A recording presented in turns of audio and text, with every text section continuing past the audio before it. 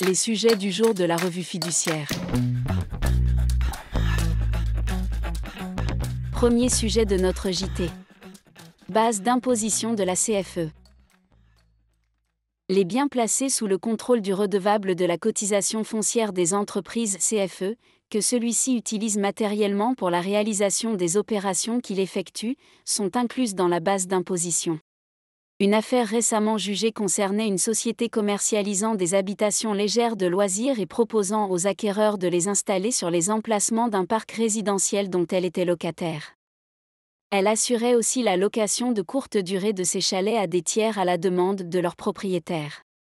Les juges ont considéré que cette société ne se contentait pas de faire de la simple gestion locative mais qu'elle utilisait et avait le contrôle de ces chalets dans le cadre de son activité d'exploitation d'un parc résidentiel. Elle devait donc être regardée comme ayant la disposition de ces habitations légères, ce qui fait que leur valeur locative devait être intégrée à l'assiette de la CFE. Deuxième sujet de notre JT. Attention au rythme de travail des VRP. Un salarié, VRP, demande au juge de prononcer la résiliation judiciaire de son contrat de travail, le paiement de rappel de salaire et d'une indemnité pour manquement de l'employeur à l'obligation de sécurité. La réglementation de la durée du travail n'étant pas applicable aux VRP, sauf s'ils sont soumis à un horaire de travail déterminé, les juges ne condamnent pas l'employeur à lui payer des heures supplémentaires.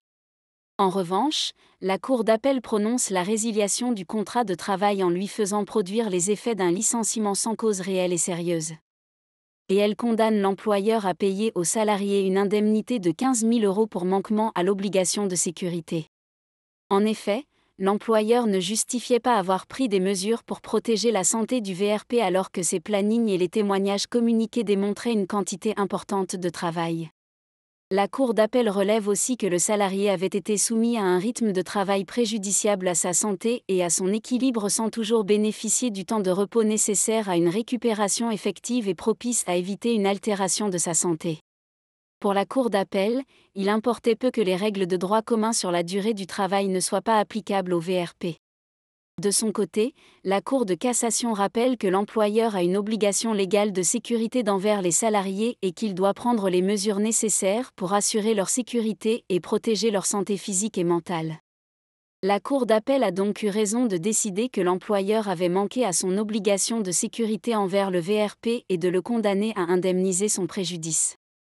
Le fait qu'un salarié, par son statut, ne relève pas de la législation sur la durée du travail, ne dispense donc pas l'employeur de protéger sa santé et sa sécurité en veillant à sa charge de travail et à ses temps de repos. Troisième sujet de notre JT. Une plateforme, Transition écologique des entreprises, pour passer à l'action. La plateforme, Transition écologique des entreprises, permet d'aider les TPE-PME à entamer leur transition écologique grâce à un parcours simple et personnalisé. Sur cette plateforme, les entreprises ont accès aux subventions, prêts, avantages fiscaux et aux formations adaptées à leur taille, leur secteur d'activité et leur localisation géographique. En effet, la plateforme propose un catalogue et un accès aux aides notamment distribuées par l'ADEME, BPI France, les CCI et CMA, l'Office français de la biodiversité l'OFB, etc. Elles pourront également découvrir des actions concrètes et des informations pour entamer leur transition. Et enfin, la plateforme permet la mise en relation avec des conseillers pour avoir un accompagnement personnalisé. À noter qu'en complément des aides publiques nationales, la plateforme intègre progressivement les dispositifs régionaux et locaux proposés par les collectivités territoriales afin que l'accompagnement soit plus en adéquation avec les réalités du terrain.